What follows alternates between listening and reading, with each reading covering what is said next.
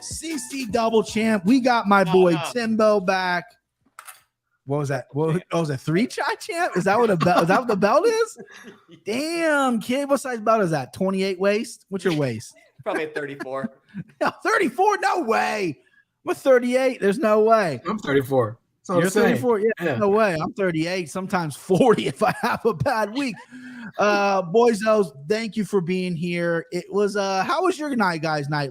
Because mine was pretty interesting. I was entertaining. I had the $1 million man, Ariel Helwani, coming after my neck. So I'm going to leave there. I'm not going to talk about it anymore. I was called a liar. I was called a clout chaser. People with no Twitter profiles coming at me. I get it, right? So the only thing I'm going to talk about is I should not have led with the email stuff. That was a personal attack. It was petty. It was childish. I have no proof. The only proof I have is text exchange with buddies who have read the email. That's not good enough. Ariel did have proof. I don't want to attack a guy I disagree with personally because I don't know him personally. And that wasn't the intent. And the email stuff, it has since been edited out of the original video. You can call me a liar, call me whatever. It is what it is. But that is, I'm not lying that the emails did happen, but it shouldn't have been brought up. It wasn't even one of the reasons why I dislike him. Wasn't even the reasons why I disagree with him. It was just something a preamble that led to my 3 things. So I do apologize formally to Ariel Helwani. Has been edited out. Didn't want to attack the guy personally. You can still come at my neck. You can still hate me, whatever. Want to put that on wax, as the kids say. And let's go. I got my boy saying, don't roll over. I'm not going to back off the 3 things that I do disagree with them. I do not have anything ill will to say about him personally. I just think professionally, his UFC anti-agenda is a problem. But again, I should not have attacked him personally. And that's what I did. Shame on me. Bad on me. Thank you for a lot of the support. Thank you for all of the hate. It was very interesting last night. I didn't know it got interesting. Well, I'm fired up to talk UFC 277. Kind of what do you got here? The main card's okay. I had trouble finding some spots. I'll be perfectly honest, like I always am. I'm not very prepared for this because I got kind of thrown off last night. But I'm still gonna break winners. I got my locks. I got my slime ball. We got it going. How are you boys feeling about the card? Timbo, we leave with you. Welcome back. Haven't seen you in a while. What's going on, babe? It's a tough card, especially the prelims. There's a lot of debuts happening. Guys from fucking Icon and what was it, Bear River, and a bunch of regional organizations. Yeah, it was shit I'd never heard of, and you can't find, you got to search high and wide to find tape on them. So Bear River has to be like Alaskan. That sounds so Alaskan to me. Yeah, it's got to be. Yeah. Well, nice. Christian, 3-time champ. Sorry I led with 2-time champ. I didn't mean to offend you there, brother. How we doing? How we living? How we doing? You're the hat god at this point. How do you feeling, babe? I'm feeling pretty good. I think like you guys on this card. Actually, before I get into that, I also have to bring something up from last time we did the podcast, and I was talking about what's his name, Dricus du Plessis being the first African champion. Word got back to me that didn't come off the way I intended it to. I was trying to be kind of patronizing of some of the stuff he said, but I didn't really take into account like the history of colonialism and especially like apartheid in South Africa. So it was kind of insensitive and disrespectful. So my bad on that. I got the joke. Some people didn't. It is what it is. Some people can't pick up on certain and obviously if you're just listening to, you might have not seen your face because it was very tongue in cheek between you and I. But it's all good. You're a good person. Timbo looks like everyone. Dude in the middle looks like Kenny Florian. He gets Drake. He gets Kenny Florian. Timbo, you look like I don't look like anybody. Like I look like the weather. Bullshit. Who do I look like? I'm not gonna be able to remember his name now, but I sent you images of it. I was like, yo, bro, this is you. The dude from Sopranos? Oh, well, that's I can't even remember his name. The old Italian guy from Sopranos? No, it was the rat. It was the rat in the Sopranos that he had the wire and right. Yeah. I mean, in a couple years, I would look like him. I do think I have some similarities with Romanoff. We have the very similar heads. Yeah. But yeah, I mean, I still tell my wife, it's so funny. I tell my wife jokingly that I look like Leo DiCaprio, right? And she's like, no, you don't. And I get all my friends when they come over and I go, hey, well, who do you think I look like celebrity wise? And they go, Leo. And she just gets so mad. But we got fights here. One last thing about Helwani. I got to give him credit for this. I'm sorry for bringing this up. I'm not trying to clout chase. I'm not putting him in the title or anything, but he fucking burned me so good without trying to burn me. He was like, so this guy from Anakin Florian, who I thought was a kid, apparently he's not. So this dude thought I had like Gary Coleman, Andy Milanakis disease, where I'm like, I look 10, but I'm 40. That low-key burned the shit. I remember because I saw the clip and whatever, and I'm like, damn, that one, without even, those are the ones that hurt because he wasn't even trying to insult me. He was just like, I thought it was a fucking kid. So that got me. I'm 35, gonna be 36 next week, boys. I'm fucking getting up there. All right, first fight of the night, a fight I'm actually looking forward to. Orion Kosi minus 180 versus Blood Diamond plus 155. We got Blood Diamond. That's 10-7 Helwani. He fucking 10-6 beat me, bro. I can take some insults, and I literally had a hard look at myself. Like, do I really look like one of those guys that have like the age fucking problem? But if you met me in person, you would see I'm a 6'2" fucking hunk of beef, and I ain't no little kid. Anyway, Blood Diamond, fucking Izzy Adesanya's boy, made his debut, got absolutely smoked, got taken to the ground, got beat up, looked like he didn't belong, but he's a great kickboxer, unorthodox, big power. Ryan Kosi him and his brother came off the Contender Series, had a lot of hype, let go. You know, there's Phil Hall's debut, he completely gassed out. Interesting fight here to lead off. I think it's gonna be exciting. I think it's gonna end before the judges' scorecards, but I'm gonna go with the champ. The champ's got the room here. He's got the hat. Champ, what we got here, babe? This is actually a really fun way to start off the card. It reminds me of, God, like 6-8 months ago when you could just, I mean, you know, the first fight of the night, it's like, just put that down as a send them, because if you're confident, it's going to end up that way. I think it'll be super fun unless Kosei just takes it to Takedown City and it's just rinse and repeat. Sure. You know, can't get a sub, can't get really any ground and pound going. Look, Blood Diamond is a kickboxer. That's it. You know, he's buddies with Izzy, but he is extremely poor. He's not even poor man's Izzy. They're not even in the same. There you go. Stratosphere. I appreciate you correcting that because I was gonna fucking come at you with that one, bro. Yeah. I mean, look, we saw what he did last time. I don't know why they just don't put him against a striker, because it looked like it'd be fun as hell if they did. Yeah. You know, Kosi's. I mean, sometimes those Kosi brothers, they come to bang though. So you know, if he decides to do that, then Blood Diamond might get knocked out. I don't love this fight for betting. I mean, Kosi is easy to pick for all the right reasons. Wrestling, grappling, fighting a guy that probably can't stop a takedown and really can't stop that ground assault in any way. So I'm going to pick Kosi, but I am not going to hitch my wagons to him. I was like, should I make him immortal? No.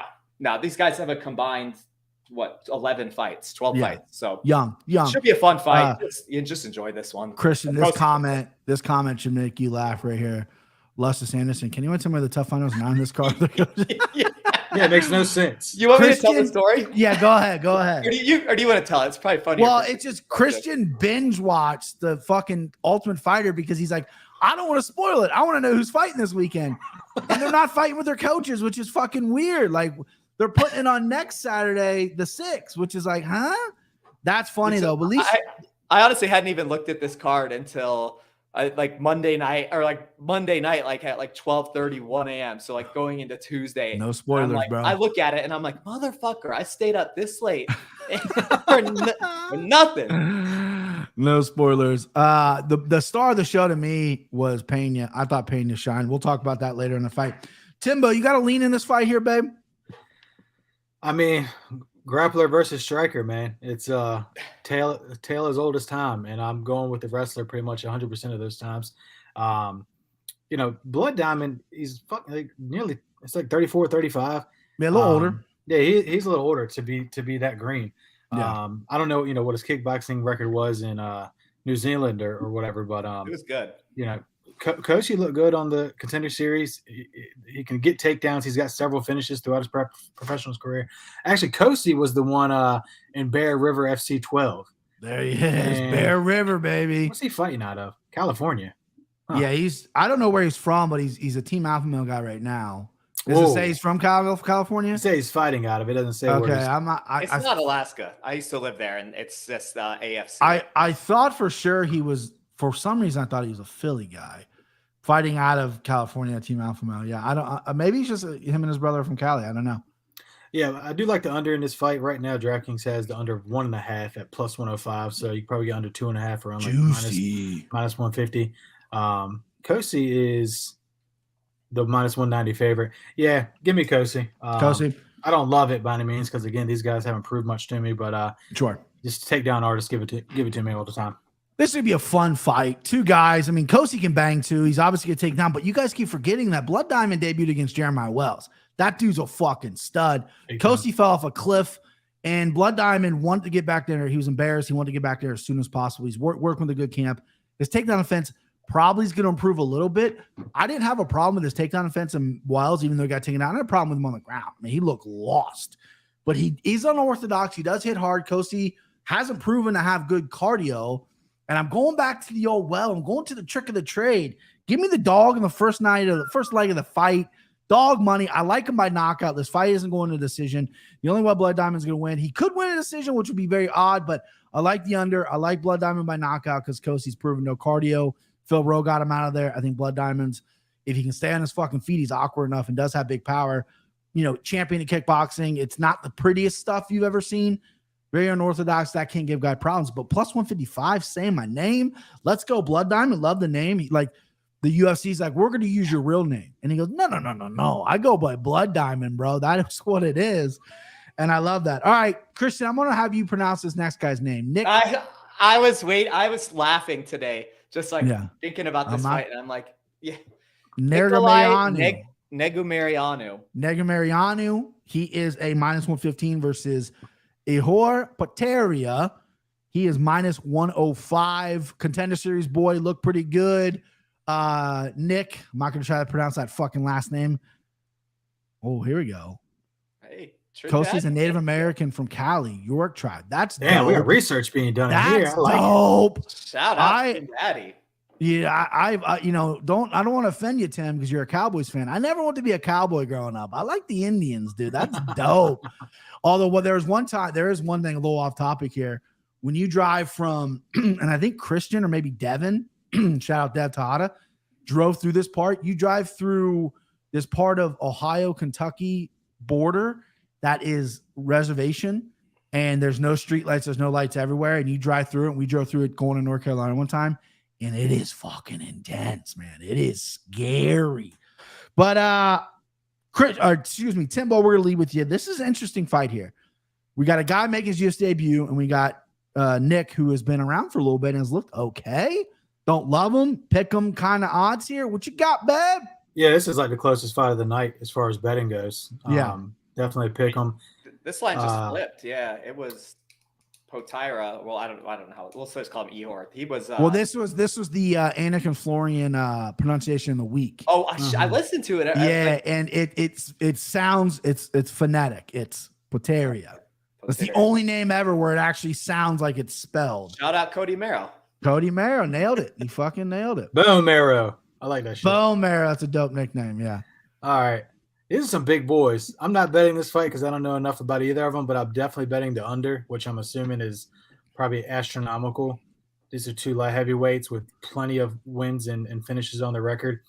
Nick is out of Romania, which isn't the dude we just said looked like you, Brian. Isn't he out of Romania? No, well? he's out of Moldova, I believe. Okay. Yeah, I believe. Close. I think they're right next to each other. There you go. Ah, this is tough. Jesus. I didn't watch any tape on these guys, I'll be honest. I know that old Nick lost that fucking fight to Kennedy in Zexual, and I got burned on some cash on that one. That was the strangest scoring on that one. Yeah. I'm gonna go with Ihor here. Ihor. Again, I likely won't bet this fight, but I'll bet the under. I'll throw it in some parlays, and but yeah, give me Ihor. Let's see. Blood doesn't have a ground game. Rowe has, though. I think Kosi gets him down. He can make it boring. There you go. Mike Sloman giving the fucking predictions. I like Ihor as well. I think he's a pretty good talent. I actually did tape study in this fight. I understand why the line is close because Nick does have experience in UFC. He's only really fought one guy, though. Tough as nails, though. Big chin on him. Technique kind of shitty. He came in the UFC kind of known as a ground guy a little bit. He would take guys down. And then when he came to the UFC, he's just like, I'm going to stand up and I'm not going to tuck my chin and we're going to see how this goes. And it's kind of worked for him so far against lower level competition. Not saying Poteria is this high level competition. I do think he's a little bit better here. I like this fight to go over. I think it's good. I think it's going to go to a decision. And I'm not going to play this fight. This is going to be a pass for me, but I want those fucking straps. So I got to make a pick. It's going to be Poteria. Champ. Excuse me. God, I got to get those three in there. What do you see in this fight, babe? Man, this is, you know how I feel about Dana White Contender Series guys debuting as favorites. I mean, there's only one way I go. Slight favorite. We got we'll see how the line moves. But we got a vet right here. Nikolai Negumereanu, a UFC vet. You're the only one who can pronounce his name, so you have to pick him. Yeah. You got that. I mean, look, he's fighting a guy with power. I think you'd be wise to take a shot on Poteria first round knockout. I don't see why he wouldn't. That's the way he fights. He's a can crusher coming in here against a guy who's got amazing. He can take a shot. Like this guy's got a jaw made of steel. We'll find out in a couple days. I just like Negumereanu to make it boring, though, just to push him up against it. Do what he does. Like, he wins these ugly fights and he just keeps on doing it. And I'm going to trust his chin and I'm going to always fade a Contender Series favorite unless it's like Jailton Almeida or something like that. So sure. Or Bo Nickel. That guy stinks. Watch it. Bo knows, baby. I like to read on that fight. Listen, this is a fight that's tough for me to pick. Poteria has fought just bums, but the guy he fought in the Contender Series is really good and he finished them. So that gives me pause. Like maybe this guy's fighting bums because he's from a country that might not have a lot of people to fight and he's just really good, or he's not. But there is a small part of me. I think he is going to give Nick his best shot. Nick's going to fucking laugh at him and then he's going to gas out. I mean, that's a good probability. I like your read on that fight. I like Poteria because I can pronounce his name. All right, next up. Junyoon Kim plus 100 versus Jocelyn Edwards. Little female fight here, minus 120. I lead the dance here. Listen, Junyoon Kim, she lost to Cachoeira, I believe. No, she didn't. She did not lose that fight. Okay, but on paper, the record says she lost. Okay, right. Yeah. I don't have Tapology in front of me. I was just off memory. It was an awesome fight. It was the best fight. Cachoeira's nickname is Catch a Beating because she stinks. She gets beat up every fucking chance she gets. And Junyoon Kim, 3-fight losing streak, 4-fight losing, just can't. And I think Jocelyn Edwards is, I think she's good. I do. I think she's talented. I think she's slowly starting to put it together. She's figuring out her takedown defense. She's looking big in there, looking powerful. So I'm all over Edwards here. I'm surprised she's only minus 120. Again, take with a grain of salt because women's MMA has just been a fucking Achilles heel of mine. But I do have a really strong lean on Jocelyn Edwards. I think she pieces her up. I think it's going to be a decision, but I think it's going to be a 30-27 dominating decision by Jocelyn Edwards. Christian, my guy, what do you got? I think this is going to be a straight banger. Like banger. Both of them are super high output, and neither of them have any interest in taking this anywhere near the ground. If Jocelyn Edwards gets on her back, it's over. I mean, that is because she does not know how to. She probably has to, when she gets out of bed, has to like roll over just to stand up. Hey man, because she has no idea how to get up off her back. Yeah, but I love this fight. I think Ji-Yoon Kim is really good. She keeps losing close decisions. I luckily doing the podcast late, I did listen to, I don't know if it was on Dogger Pass or something else, but it was Ji-Yoon Kim by split decision, like plus 800. Nice number. So that's shout out to them. I don't know what show it was on, but I did hear that and I like that a lot. I'm on the Ji-Yoon Kim side. I don't know. I just think it's going to be fun, and I just think she's a little better. It's that simple. She's coming up a weight class, though, and Edwards' last fight was at 145, so that might be a little bit of a concern. And I liked her at that fight, too, against Romana Pascual. Pascual's, a bigger 45 girl, and Jocelyn Edwards' legs looked huge. I mean, this might be a tough Tough thing. Kim lacking killer That's a good instinct, point. but she is good. Lucius Anderson, excuse me, loves Kim. Thinks she's talented on the same side as the champ. Yep. We'll find out here. All right, so you're picking. You're picking. You want to bet? Not on women's MMA. I can't. Right. I smoke. I don't know how many bets. Hold on. Here we go. You look like you're on Brian Horse's Sports where the guy's name would be Hughes LeBron Nuthugger. Brian Horse, the basketball guy. I'll take it. Yeah. You're a little thinner than him. I'm a little thinner than him. He's a big guy. Did you guys see the John Anik and Kenny Florian comment? One guy told me that he can't listen to me talk about combat sports because I'm 200 pounds overweight. And I'm like, so if I lost 200 pounds, I weighed 81 pounds or 79 pounds if I have had a good week, then you'd listen to me. Like, I wouldn't be able to move. What are you talking about? Timbo, what do you like in this female fight here, babe? You gonna side with me or fucking Hat Boy? What do you got? I'm siding with both of them. I mean, Christian made good points. Like both of these chicks just put out a crazy amount of output, like 5.33 strikes per minute from Edwards, 5.86 strikes a minute from Kim. But right now, Kim gets hit quite a lot more, and I think that the edge in this fight is if it does go to the ground, and Edwards can finish it there. She's got several submissions on her professional record. She's also got a lot of TKO wins.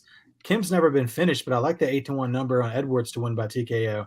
I was huge on this chick. I can't remember who exactly it was, but it was about a month ago. There was an Asian chick fighting that came out like a bat out of hell, as she does in most of her fights, and got knocked the fuck out. Na Liang. That's it. Yeah. Na Liang. Who was it? Na Liang. Yeah.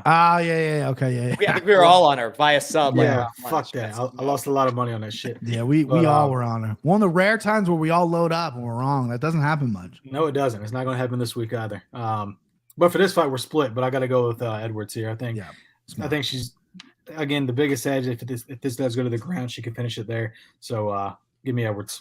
That's the right pick, Timbo. You're a smart man. You're almost as smart as you are beautiful. Smith props all day. Is minus 350 for a fight to go to distance considered solid value or not? Depends on who's fighting. If it's this fight, that's like not terrible. You throw it in with a parlay with another prop, not a money line, but another prop. It'd be an interesting, Goliath Smith to go the distance, and you'll probably there you go. 70 on that. Next fight, Michael Morales or Moraes. It's got to be Moraes. He's Brazilian. Or no, he's not Brazilian. What is he? Colombian. Where's he from? Colombian. So Michael Morales, minus 600. Yeesh. Versus Adam Fugit. Fugit? It's got to be Fugit, right? If my name was spelled like that, I'd go Fugit for sure. But I think it's Fugit. 8-2. Fugit? But we could say Fugit. I think Fugit's dope. Plus 450 for the guy. Very talented. Oh, Adam.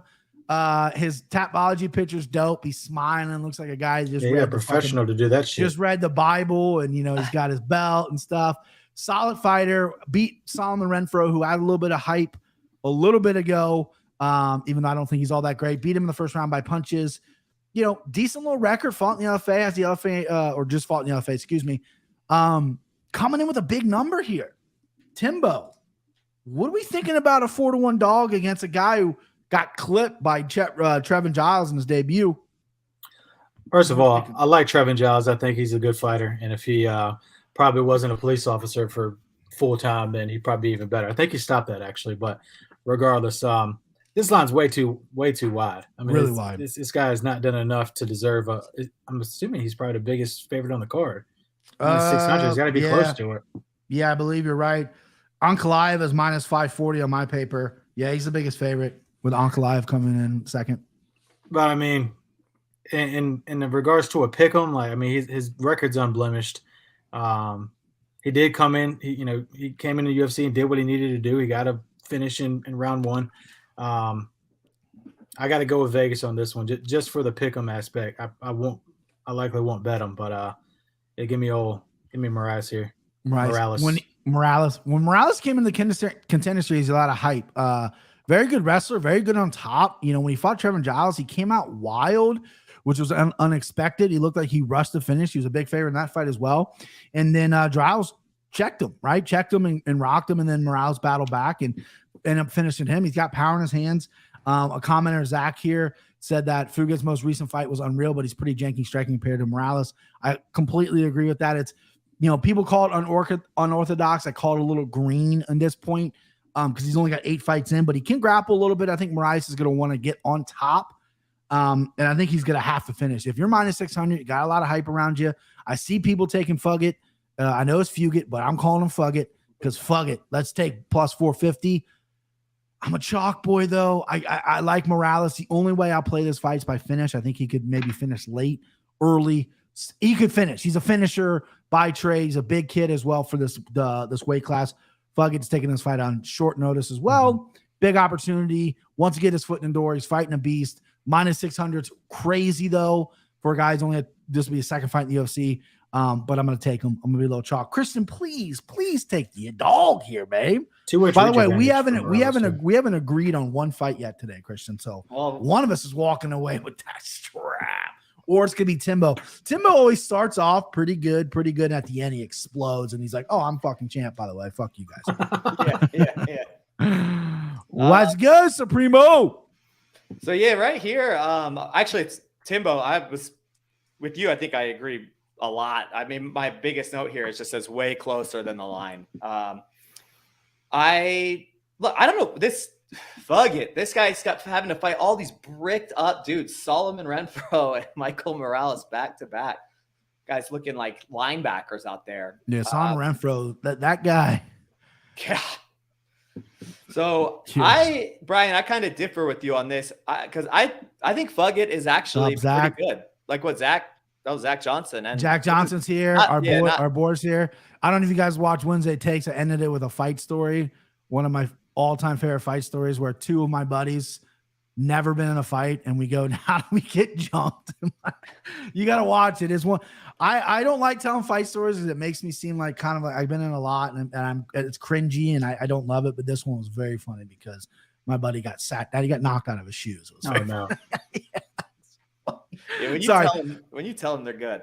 So you think Fugit is better than I led on to believe? Is that what you're saying, Christian? Yeah, I agree with Zach in the chat, not Zach Johnson. The other Zach, yeah. Zach Johnson.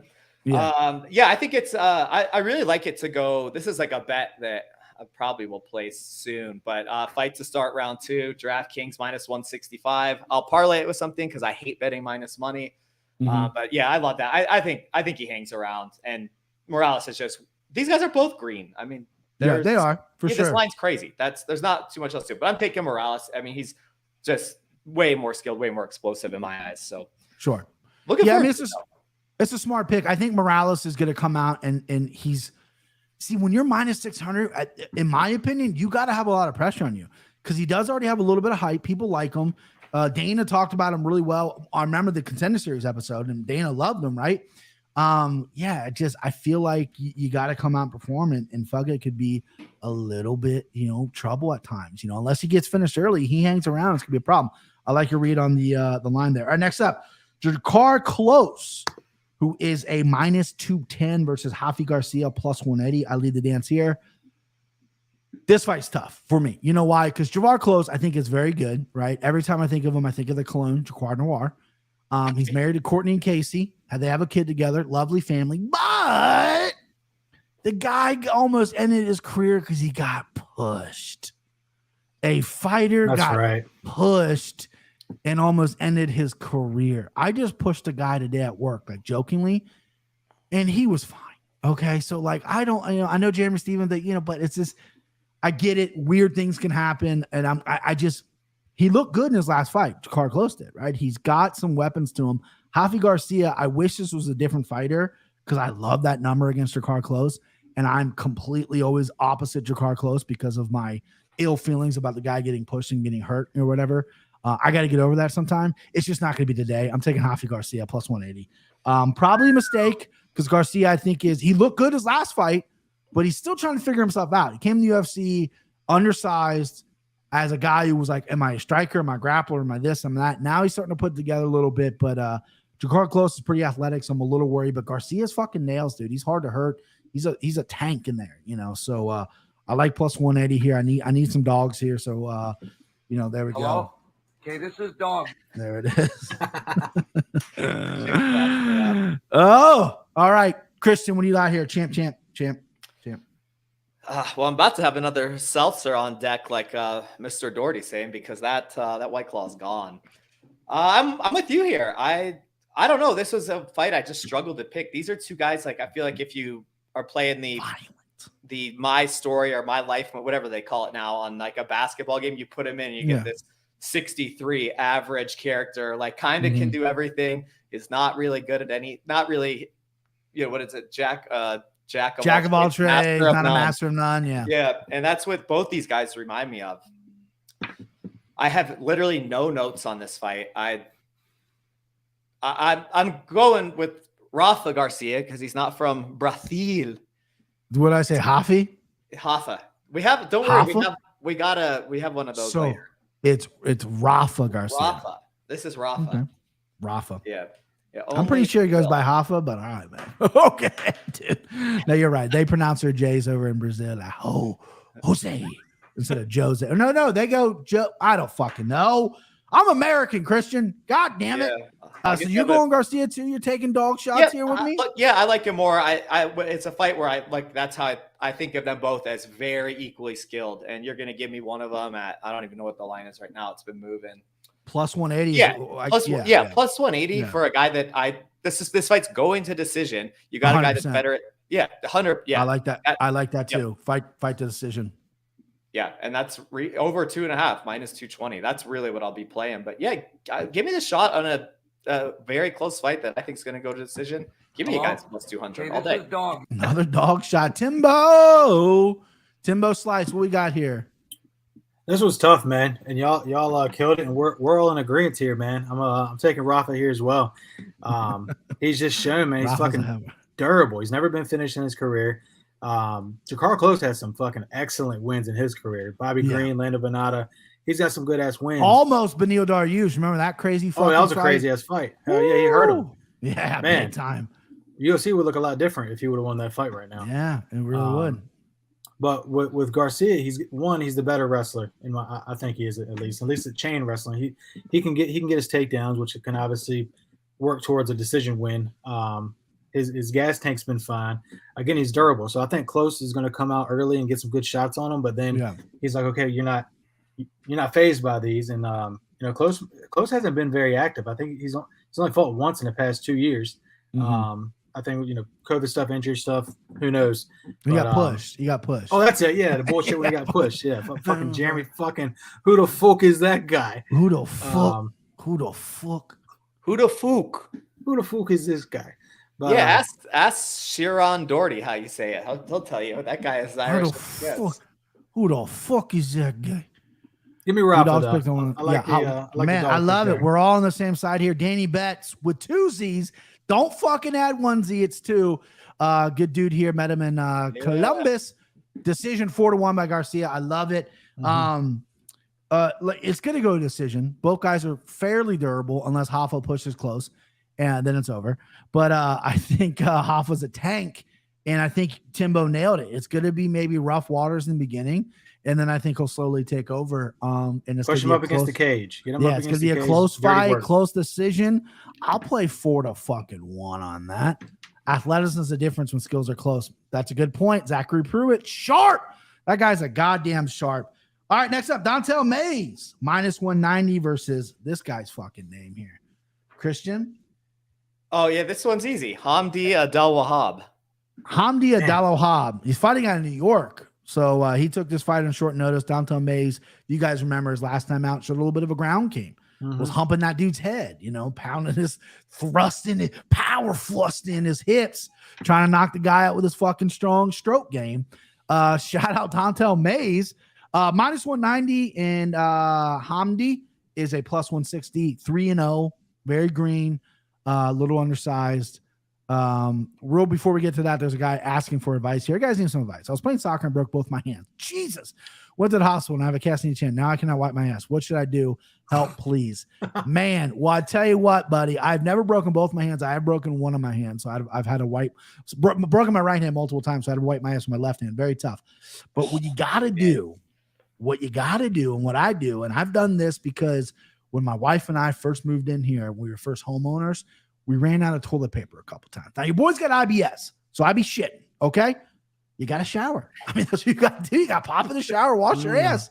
I mean, what else you got to do? Or buy a bidet. They're fairly cheap. That's what Jake Johnson just said in the chat. Yeah, got to buy a bidet, man. Shoot that water up your ass. You gotta clean it. I have a buddy, real quick story time. I have a buddy, my best man at my wedding. He doesn't watch this, so his name's Austin. I lived with him, and he's very like particular. Like, he's one of those guys that, like, if these markers were on the desk weren't the way he liked it, he had to make them all, like OCD a little bit. And he had an OCD thing about his ass. So we lived together, shared toilet paper. He'd go through a roll of toilet paper with one poop, right? He's in the shower, right? And I'm sitting there brushing my teeth, whatever. He gets out of the shower. While he was in the shower, cleaning his ass, gets out of the shower to wipe his ass. I said, what are you doing? He's like, I got to make sure it's clean. You're in the fucking shower, bro. Like, what are you doing? Use a washcloth or something in your ass. What are you doing? Wasting toilet paper. Lucky his mom worked at P&G, Procter & Gamble. I don't know if you guys know that. Huge company in Cincinnati. So we got free toilet paper. Yeah, so it is what it is. But let's get back to the fight. I don't know who goes first. Let's say Timbo, because he's good looking. Timbo, heavyweights. Who you got here? This is the guy I was fighting, an icon that I had never seen or heard of before. My initial Chancellor wiping is for bitches. I like that prom picture, though. Funny. I like that prom picture, Chancellor. Dude, he looks fucking good right there, tied up. Was that a Windsor knot? First time in the bath, I was a urinal and pissed in it. Yeah. Since I be shitting, and I use a lot of toilet paper too. I got to get a clean butt in there. I would want a bidet. I've looked at that tushy thing where you can hook up to your toilet and make it a bidet. I'm just not there yet. I've never stayed in a fancy hotel where they had a bidet, but best believe I'm gonna be getting one. That is so funny though. Wiping is for bitches. But if you must do what dogs do, yeah, just drag it on the carpet. All right, Timbo, I'm sorry. That was a very funny comment. Let's get back to the heavyweights. Let's get back to the fight because I got a strong lean on this one. Yeah. My initial take on this would be it's a heavyweight. They're going to come out banging. Hamdy's probably not going to have the best cardio. He's a heavyweight. One, most of them don't. Two, he's taking on short notice. So initially I think, okay, with the under, which is, I haven't even looked at it, but I'm sure it's astronomical. And then Hamdy by KO is plus 333. The guy's got several finishes in his career. Icon, I have heard of it. It's not a absolute shit organization. They do produce some good fighters. No, they're good. They're a good organization. They're not. I liked it. Yeah, they're fairly new. They're fairly new. Night Train fight. Oh. That Night Train fight was an icon. It's Masvidal stuff. It's Masvidal. So I see he fought on Game Break too. So yeah, it's two different things with Masvidal. Yeah. Okay. Because the one it's bare knuckle MMA, and the other one he has just like straight up at MMA. Yeah, but Domtel Mills, I mean, he did prove to me last week that he's not a one-dimensional fighter. He actually does have some kind of a ground game, which he may try to do this weekend. Again, he's fighting somebody on short notice. Cardio is probably not there for him. Give me Mays. I actually like the number on here. Like, what is he, minus 190? 190 is what I got him. Yeah. That's not crazy to be fighting a guy making his UFC debut, and you're a UFC vet, as Christian would call him. So give me Mays. The chat's gonna come after we call him a vet. I love this number on Mays. Minus 190 is great. This guy's kind of a local product. He fought a lot in Northern Kentucky. I've told the story. Him and I were going to spar one time. He ended up turning it down. Said, no, that guy looks like a kid. No, he didn't say that. But no, he was locally knocking dudes out. He's big. He's 6'6", big power. And then now he's down in New Mexico. He's with Jackson Wink and probably like the only fighter left in that gym, but he's actually learning some good skills. He looked really good on the ground. And most importantly from that fight is his cardio looked really good. He grappled a lot. And being a non-grappler, holding that cardio for 3 rounds was pretty important. He's fought a lot of guys in the UFC. He's came close. He's on the Contender Series twice. He's getting a nice guy here. He's got to be careful in the first round. Size matters, though, at heavyweight. He's 6'6". He's fighting a guy who's 6'1", 6'2", short reach. The guy's going to come out swinging heavy. He's obviously a stand-up power puncher. But I like Mays big here. This is Slimeball candidate number 1. Ooh. I like him at minus 190. I usually don't go heavyweight Slimeballs because anything can happen. Yeah. And Hamdy can knock you out. But I just think Mays is going to have the reach, has the power, and he's got the X factor where if he wants to take it down, he can. So give me Dontel Mays here. Champ, go ahead. I got to go get another drink. You keep talking, Christian. Oh, we're taking this bitch over. We're taking this bitch over. Yeah. Oh my God, it's gonna be a disaster. I want to go through the chat and just chat everybody up. Well, go ahead. Should we? Oh, I was gonna say I completely agree with both of you guys on this one. I would almost never mortal lock a heavyweight, but Dontel Mays. I'm like, how does he not lose this? So this Hamdi guy is an Olympian. He wrestled for Egypt in the Olympics in like 2016, I think 2016, 2020, one of the two.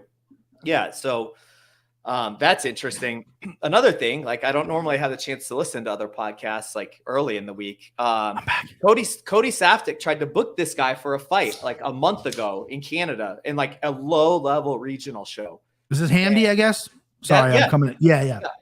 So he said he tried to book him, and like there was immigration paperwork that didn't work out. But like that's the level this guy's on. It's like he's not even like LFA is not even on his radar. So sure, and this line was even closer. I mean, it's exploding now. By the time we get off, I mean, we're gonna probably move the line 20 points right there. Yeah, but I'm the same as you guys. I love Dontel in this fight. Yeah, I love him. I've done research on Hamdi. Again, he's explosive when he can be, but I just think Dontel's at a different level right now. So the guy's only 3-0, right? Dontel has been in the UFC for a little bit. He's been in the Contender Series a few times, which I know doesn't count towards like UFC fights, but that's still a high pressure you're fighting in front of. I love Timbo. Timbo's looking at the chat. Someone's blowing up the chat. The chat is as lit. The chat is on fire. Hamdi will never show things he's never shown the tape before. He's got a real shot. Handed by KO. Zach Pruitt is sharp. I like this. So what I'm going to do is I'm going to be parlaying Dontel Mays with a few different ways, but I'm gonna put a little bit on Hamdi round 1 knockout. Yeah, like that's gonna be my edge. You gotta cover. If it's round 2 knockout, I'll lose it all. But I love playing it that way, and I will be playing it like Dontel is gonna be in a lot of bets. Yeah, for sure. And minus 190 again. When you got a good bankroll and you're putting parlays together, that's fucking sexy, dude.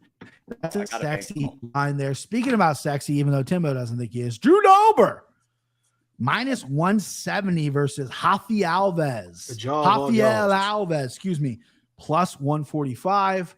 I think I lead the dance here with these two men. Can we go back real quick? Go ahead, Ben. Zach Pruitt wants to get this point across about how much Dontel Mays gets hit and how it's a different. He's been hit more than he has. Than he lands. You got to go look at those individual fights because like I remember in the fucking Cyril Gane fight when Cyril Gane had like beat the shit out of him. He took him down and landed like at least 100 significant strikes on him, and Dontel Mays didn't do shit that fight. So it's like fights like those are going to skew that number when you don't have that many fights in the UFC because Dontel Mays has not been beating the shit out of much in his career except for that fight. So those stats, you got to kind of look more deep into those stats because they can be skewed. Jay, this guy's on fire tonight. Hey, one question, guys. Is it a massive advantage for cross-side sport MMA? For example, Jane and Drew, how we know she's ever going to live the shit out of you, or omoplata up your ass? Yeah, I mean, listen, being cross-eyed could be a different advantage. I don't know what I'm talking about. I remember I used to spar a guy, and you used to fucking look down at your hands, and you're like, "What are you looking at, bro?" He's like, "Looking at your hands." Schnell does this shit. Yeah, he looks off. Schnell looks off. That's what Chuck used to do. Chuck, a lot of people in the early days, look at I'm an old school head. So Chuck Liddell versus Vernon White, Tiger White. They thought that they used to throw fights with Chuck because he was really close with Dana. And Chuck used to look off like this. And then a lot of times after he would look off, he would land like a knockout blow. And people are like, fixed, fake. But yeah, some dudes, they do weird shit in there. It doesn't work for Maurice Green. That's for fuck's sure. Maurice Green, crochet boss. Listen, Hafi Alves, this guy is I've been on him since he's been in the UFC. I was on him against Demir, but Demir hasn't lost in the UFC. Is Magulov. Come from Contender Series, guillotine choke, Mark DeCasey. Mark DeCasey's becoming just a wrestling machine. This guy's had some weight cutting issues, but he's getting a big fucking step up in Drew Dober. Drew Dober took some hellacious shots from Terrence McKinney. Big old chin. Alves is going to have to grapple if he wants to win this fight. I think that's the only way. He can stand up. He is explosive, but I think the longer you stand up with Dober, the less it's going to be. He's been exposed on the ground before. I think, that's the path to victory here. Alves obviously has a good choke. He's guillotined 2 people really in the UFC Contender Series and his DeCasey fight, but looked a little flat in his Demir fight. But I mean, listen, I like Dober here. I don't love him. I think I can get to the point of loving him. I just kind of like him. Minus 170. They're giving Alves some respect here. Dober, a little bit up and down fighting Riddell and then Islam, but then the McKinney fight, he got knocked around a little bit, but he came back and had a hell of a comeback and won. I think Dober's been in there with better competition. I think he has a little bit more skill set. Alves, again, unless he comes out and proves to be this A1 grappler, then we're fucked. But I like Dober here, and I like Dober maybe catching him late with some kind of cardio issues on Alves' side. So give me Dober, give him a KO late, and let's fucking go, boys. Champ. Yeah. What we got? That's what it's going to be after this week. I love this fight. I think everybody does. Drew Dober is he just brings it. I mean, the only fight that wasn't really good was the Islam one. Other than that, I cannot think of a Drew Dober fight that wasn't like fight of the night candidate. Look, we agree a lot tonight, which I love because I had a not in the beginning. The beginning is good we're as the hitting side our last stride now. I lost a lot of money last week, so this agreeing is making me feel good. I butchered last week. I almost did Wednesday takes because I started off. I haven't done a recap show.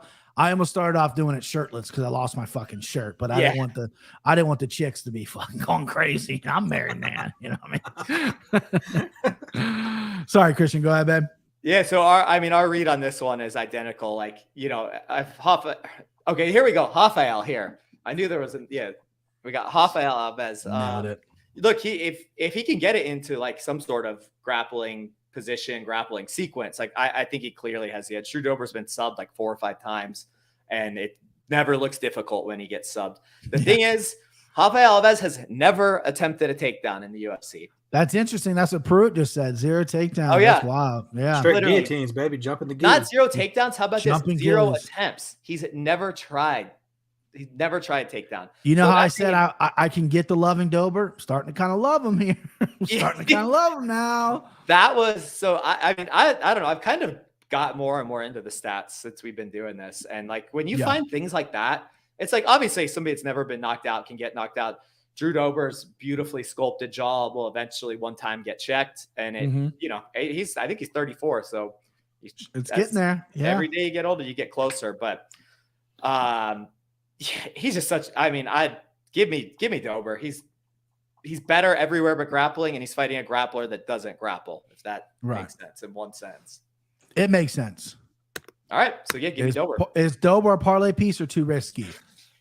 He's not in the slime ball. But if you want to do like a handsome guy parlay, I wouldn't be opposed to it because I think, he's a low number. Who else is handsome on this card? I mean, let's see what Timbo has to say about or this. Or just good looking. Go him and Pena. Fuck it, right? She's a baddie nowadays. Timbo, what do you think here? I know you've never been overly impressed with Dober, at least via the chats. Has he lost you money? I know you're a very spiteful guy when they lose your money. You're a fucking pit bull, and I'm so glad you're on our side. What do you think about this fight, babe? Dober has quietly been in the UFC now for like 10 years. Been a while, crazy. Yeah. He was fighting in fucking Strikeforce. I just saw he was fighting on a Frank Trigg card or a Dwayne Ludwig card. 2008 Strikeforce payback. He beat up a local kid that walked around here like he was the toughest guy in the world. He used to hold pads with Rich Franklin, and they fought as amateurs, and Dober murdered. No shit. It was one of the only times I'm rooting against the Cincinnati guys. Like, this guy's so arrogant. He just got smoked by good-looking Dober. I think I'm gonna take Christian's strategy on the Mays fight earlier. I think you got to throw Alves in there plus 4-1 to get a submission win. Okay, that's not bad. Got a thick fucking skull and a nice jaw to grab onto for that guillotine, and Alves has proved countless times he can do that. Dober's not gonna want this to go to the ground, but he's a wild boy on the feet, man. As you saw in the Terrence McKinney fight, like he's just he's got an outstanding jaw. How much longer will that? I don't think you have to worry about that with Alves. Right. But he won't want any part of the ground. But if he gets too sloppy in there and Alves can get in on him and just get his neck, get a hold of it, there's some serious value there, 4-1. So I'm gonna be contrarian. Actually, I'm gonna go with Alves here. I think I've seen Dober make too many IQ mistakes. That means not slime ball material, or someone was asking earlier. Not in Timbo's parlay, baby. You don't fucking throw that.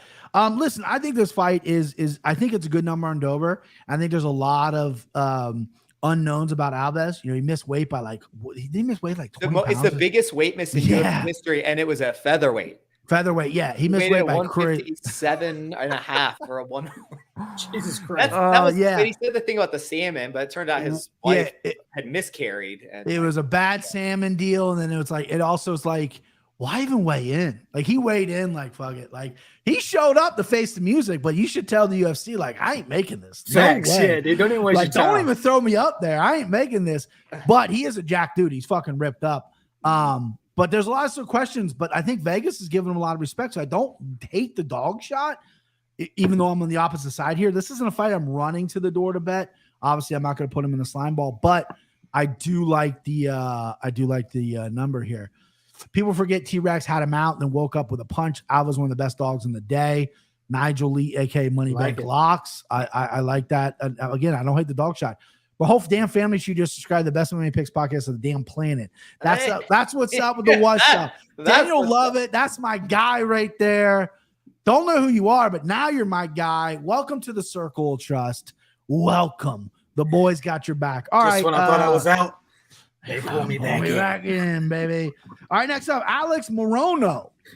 Plus 135 versus Semi the Jedi, Matt Sellemsberger here.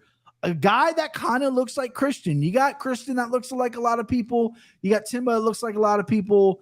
Sellemsberger with the mullet and stuff. You know, I can see it. You know, it's a compliment, Christian. Minus 155. I don't know who goes. Do anybody know who goes? I think it's Christian. I think I went first last time. Christian, give us a breakdown here on this fight. Yeah, I hope I'd trade my looks for Semi the Jedi size, but yeah, I don't think I look much like him. I'll take the Chiesa. I'll take Chiesa all day, every day. He's from Timbo's neck of the woods. Is he?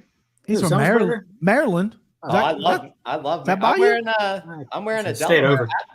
I got a Delaware hat on today. You got a what hat on? That's from Delaware at the Starboard. Definitely the best bar in Dewey Beach, Delaware, and possibly the entire country. Whenever I think of Delaware, I don't think of Joe Biden. I think of Wayne's World, where they're green screening in front of different. I'm old guy, sorry. They're green screening in front of different. Like I'm in San Diego, I'm in Hawaii, and then they're doing like different cool things, and they put Delaware behind them. They're like, I'm in Delaware. Like, what the fuck you do in Delaware?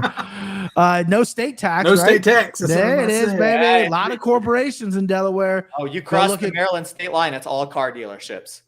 Go look at I bet, yeah. I mean, Joe Biden, you'll look at his hometown or home house or whatever. He's from there. And there's that girl from Parks and Recreation's from there too. I know a lot about Delaware. Let's go. We used to go to Rehoboth Beach for vacation when I was a kid. My wife's cousin's husband's from there, and they go to a beach, and I heard it's like gorgeous. Oh yeah, I love it. There. That's awesome. That's where I got engaged, actually. Shout out Malls. Shout out Malls. Molly.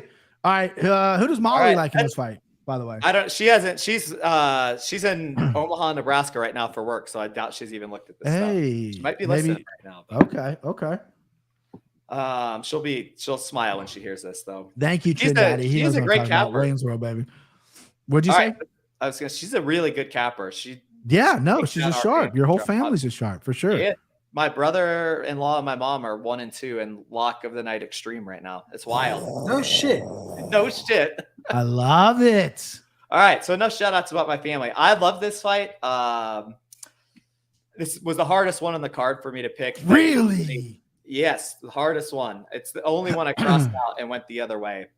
I was initially leaning Sellemsberger. He always looks like, I know he's a football player or whatever, and he seems to look like super athletic out there and seems to have a lot of power. But has he knocked anybody out in like his last 3 or 4 fights? It's Sellemsberger, yeah, he knocked out Martin Sano. Okay. Yeah. So could Brian. Yeah. So look, Alex Morono just doesn't look like a fight. He looks like if you took my shirt off and put me in there. That's like he's pale. He is not jacked at all. He looks like the guy from Barry. Yeah. Have you guys ever seen the show Barry, the bald-headed Hungarian guy or whatever, the Albanian? I don't know. He looks exactly like him. He does look Albanian. Yeah. Sono stinks. Yeah, he does. Oh, brother, this guy stinks. This guy stinks. I don't have a lot. I missed that sound bite. I know. I need to put it back on here. Once I got a new board, I forgot. get on those old. Get the Anik. Send them home back. That's my favorite one. I need to get that one too. I need to get that one. Also, too. you're not that guy, pal. That's a special request from me for always. So yeah, and if anybody's a new fan, Brian used to have the best sound bites of like any pod. When I was just a fan of the podcast before, I was like, it's so funny because dog blowing up your. Yeah, I'm trying to get better at editing, right? Video editing, and I'm doing it real quick. So that's been whenever I'm in the office, I got 2 fucking kids, and so I can't be in here all that much. But when I'm in here, I'm focusing on that. I need to get back to the soundboard, but I do have this one. Okay, this is Dog. I mean, that's Dog the Bounty Hunter. The kid, he's actually hard to find sound bites for. That one's good. Anyway, it doesn't matter. Who do you like in this fight, goddammit? Because I got a strong lean, and it sounds like you're not going against what Morono. Yeah, well, it sounds like I used to be with you. Morono he's a winner. He's the much better grappler here. Like, this guy doesn't have the look, but he fucking brings it every single time. Neither of these guys has fought very good competition recently. Morono's is better, and he's got like 10 or 11 UFC wins. Like, this is a vet versus, welcome to the big show, young pup. So I reversed my original thoughts, and I think Morono takes it. The dude just fucking wins. Okay. Tell me I'm wrong. Tell me. Timbo goes, and then I want to hear you, man. I want to hear yours. You want to hear me go? On this. Do you want to bet, bruh? Because I am all over Slimeball here. Super athletic, big power shots. The guy just gonna stomp Morono. KO plus 240. Add it to the book. Slimeball minus 155. Add it to the book. Slimeball parlay. Add it to the parlay. I'm all in. Chips to the center here, baby. Now, I will say, because I'm very transparent, I'm very honest, I have not picked Morono fights very well. I picked against him against Cowboy, picked against him against Pettis, picked against him against everybody, right? I just don't see it. But he has very high fight IQ, and he's a lot better than I give him credit for. Max Griffin fight, I put multiple units on Max Griffin. Close fight, but he dropped Max Griffin like 4 times. But I'm all over Slimeball here. I think the kid is ready to pop right now. He's athletic. He's finding his prime here. I don't think Morono sniffs a takedown, and I think he gets pieced up, and that chin is just not good. So send him home, baby. Send him home. Not officially because we still haven't done that yet. But Timbo, who do you like here? I'm all over Slimeball. Is Morono's chin not good? He's been knocked out a few times. I know he got knocked out by Chaos Williams, but Chaos Williams has got fucking truck power. Chaos Williams can knock out a horse. So Chaos Williams knocked him out. Pettis dropped him in their fight. Yeah, so he's only been knocked out. Knocked out by Diego Henrique way back in the day. So he's only been knocked out twice. Yeah, twice. Yeah, he's only knocked out twice.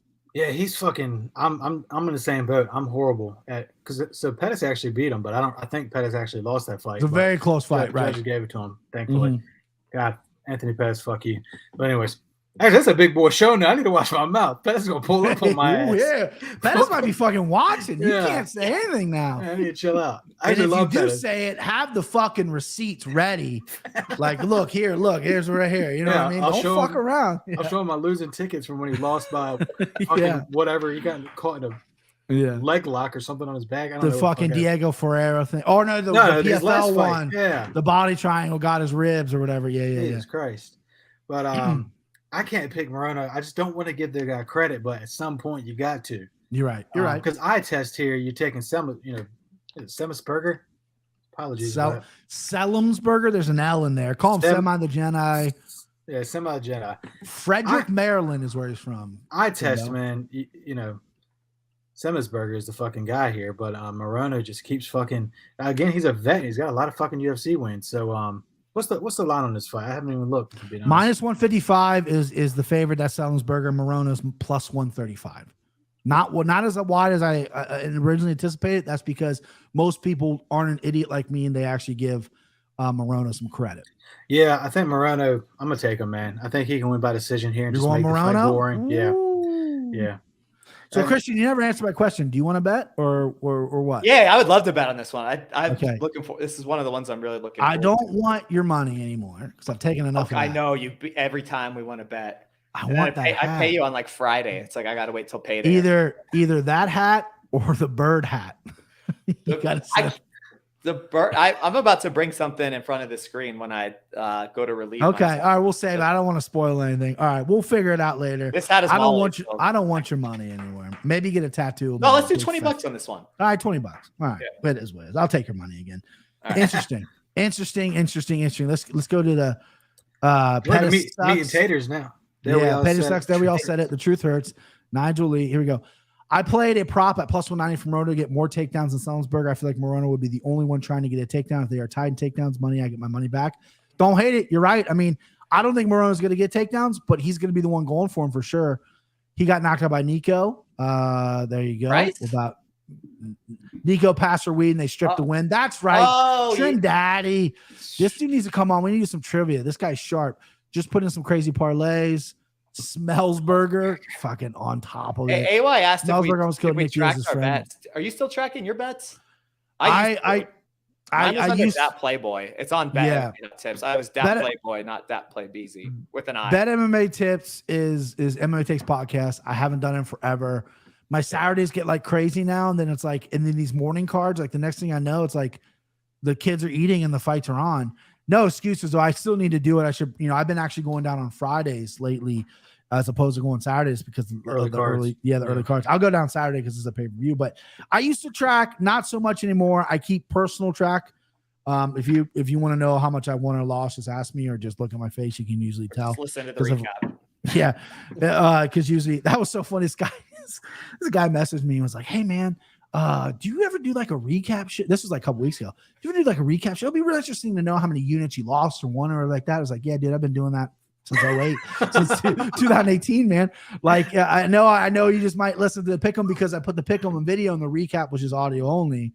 But it was very funny. He's like, oh, like super nice guy. Oh yeah, I didn't know that. Yeah, sorry, man. But anyway, here we go. Main card time, right? Am I right on the main card stuff? Yep. Yeah, meat and taters. Meat and taters. Magomed Ankalaev minus 540 versus Anthony Smith plus 420.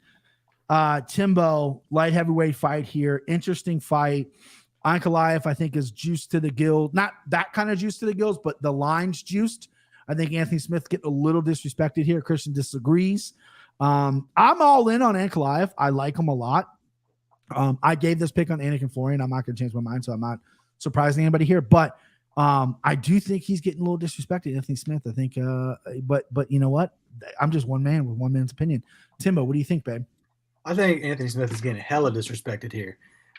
Dude's a dog. So this is Ashley's favorite fighter, by the way. Anthony really? Smith. Okay. He comes out in Return of the Mac, which is like her favorite song. Love that. His walkout. So does Drew Dober. So that'll be interesting. Oh, fuck that. Drew Dober kick rocks. Get out of here. Although Dober's been in the UFC longer, I think. So that's a good point. But it's cooler when Smith does it because Smith's got a little swag to him. Yeah. Dober comes out smiling. He's like, my hair look good. Like, fuck off. Yeah. Joe Dober for no reason. I mean, Ankalaev is just he just doesn't make mistakes. And, that can turn into a boring fight like we saw with Volk. That was not a fun fight to watch, even though we had high expectations for it because two knockout artists. Ankalaev's got some great kicks. And do y'all remember him and Krylov? Do y'all remember that fight? Who, Ankalaev? Yeah. I need to go back and cap that fight because I don't recall how it went. But I think that would be potentially how this fight may go. Yeah. I got to go watch that. But Ankalaev struggled to strike with him, and Nikita Krylov's pretty durable. So Ankalaev just wrestled him a little bit, clinched him up, beat him up like that. It was just, it was a safe performance. Essentially, he won, but it was just safe. There's nothing spectacular about it. Yeah, I think Anthony Smith may try to get this one to the ground, and Ankalaev is no schmuck on the ground either. But that experience that Anthony Smith has, his submission skills are definitely better than Ankalaev's, I want to say. He's got a 1-inch reach advantage in this fight, but I'm trying my hardest to talk myself into Anthony Smith here, but it's hard when Ankalaev just doesn't fuck up. He doesn't make mistakes. He barely gets hit. Right. I want that fucking belt back, man.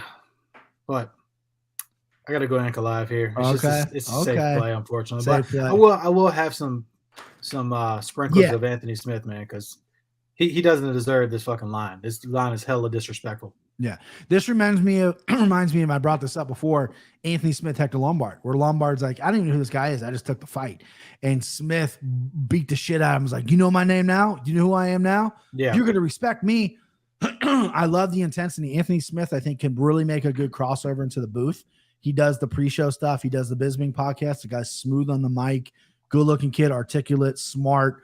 The one hiccup, Anik brought this up on the podcast, is he didn't go to Colorado for this. He stayed home for this fight, which I don't know. He's a vet, so I don't know if you have to go to big gyms anymore when you're a vet. Obviously, the big question is who you're training with. So that throws me pause a little bit, but at the number, Smith is glorious. The problem is I can't contradict myself enough to go back on Ankalaev, because I've literally said Ankalaev has gold in his future. I do believe that, but the Santos fight gives me pause because I know Santos hits like a fucking truck, but Ankalaev has all the skills in the world. There's just no killer instinct. He could have went after it again for 5 rounds against Santos and didn't. He's got grappling. He's got everything. The only mistake he's ever made in the UFC was getting subbed with 1 second left by Paul Craig. Other than that, it's been a perfect run. Well, then the weird Kutalaba thing, but that wasn't his fault. Kutalaba's doing the goofy shit. But I want to see the killer Ankalaev. This is 3 rounds here. Smith is a long rangey guy. I think Smith is going to be tricky on the ground. Ankalaev's got to be careful taking him out. Anthony Smith does have some good triangles. But again, I can't take Smith here. If I would, it would be Smith by submission. Yeah. That'd be a gorgeous number just to kind of hedge out. But I like Ankalaev here. Almost a Slimeball candidate, but I can't give you guys minus 540. I have more respect for you than that. Also, no one said that Ankalaev was untested. I definitely didn't say that. No one ever said that. I think someone in the chat said it. Oh. Yeah, I think someone. Yeah, no, I didn't. No, because he's fought killers. That's the thing. Doherty did. Doherty, come on. That's my guy, though. That's my guy, though. This line is so off. It is a tough line to wrap your head around. I'm not going to put Ankalaev in a parlay, and I don't know how to play him straight by finish, maybe. But Smith's a dog in there. Oh, if I just start round 3 is minus 200. That's a nice parlay piece. Go ahead, Train Daddy. Yeah, this guy. Oh, this is going the distance. God. This is my mortal lock. There you go. Here we go. This is my mortal lock of this card. This fight will go the distance because Anthony Smith is a dog. He might be like the ultimate dog. You remember the John Jones looks fight? Like a dog too. Yes, you do. Actually, speaking of the way, I once saw this thing. I think it was on Reddit. Anthony Jones with like a Rick James Jerry curl. It's the wildest thing I've ever seen. Anthony Jones? Who's Anthony Jones? Anthony Smith. Oh, there you go. There you go. I wasn't giving you shit. I was like, should I know who Anthony Jones is? No, Anthony Smith with like a Rick James Jerry curl. Somebody like photoshopped it. Is the wildest. I thought I was tripping when I saw it. I was like, is this real? You look at the old Strikeforce fights that he fought, and he had like a little bit of hair. You're like, man, what? And he was so skinny too. Yeah, this guy. He has really brought it. Everything you guys are saying, except for this line being too wide, I agree with. Magomed Ankalaev is my least favorite fighter. I cannot stand him. I think he's so boring. It's like, how little can I possibly do every time I'm in there? But that's more recently. What he did to Kutalaba, I will always have a special place. Oh, that's what I mean. He's got the killer. Yeah, but he's got the killer in him. I agree with you though. It's just like, I need a win. I factor that fight out when I think about him because I'm like, that's like the only time he ever seemed interested. Ooh, hold on. Plus 1,200. Oh, baby. Ooh, yep. They lie. Look, I think this line is fine. I wouldn't parlay it because I don't parlay minus 600 lines anyways. I'd rather take the plus money on this fight to go. Plus money tickets only for Christian, Ben. Yeah, I hate betting minus money. I see Smith gets him up against the cage, get some dirty boxing in, get some grappling in. Getting to his back. Christian is listen, man. I might have to bet Ankalaev. This dude's locked in. Like I hate Ankalaev, and I think Smith is worse everywhere. And I think Smith is a good fighter, and just like Ashley, I really like him. He's not my favorite, but I really like Anthony Smith too. And they're both from Dober and him are from Nebraska, and they both have the same walk-in song, and they're both Dory's been saying corn-fed the whole time. The boy's corn-fed. He is corn-fed. He is. I'm chili fed. I'm not going to take up too much time on this one because I want Anthony Smith to win so bad. I don't think he stands a chance. I'm fine with the -600 line. I won't bet it because I hate Ankalaev. I'm taking the over here. It's my mortal lock. That's on the card. That's a good bet. That's a good bet. You're right, because I think it's going to be a little bit of a dull fight. I mean, they're putting the first fight of the night. I think both guys can bring the action, especially if Smith just gets that, he's got that dog in him. He just gets angry in there. All week he's been talking about being disrespected. If he pushes Ankalaev and makes Ankalaev fight, I think Ankalaev could be exciting, but we just haven't seen it yet. We've seen it, but we haven't seen it in a while. Excuse me. Anthony Smith, this dude is the real deal, the real article. And I got to give him credit for when he fought John Jones. We've seen a lot, this whole new trend in MMA. A guy gets fouled, he immediately wants out. Not Thanks. The 5 minutes, not that anything. Anthony Smith got knee in his head illegally, could have taken the title from John Jones.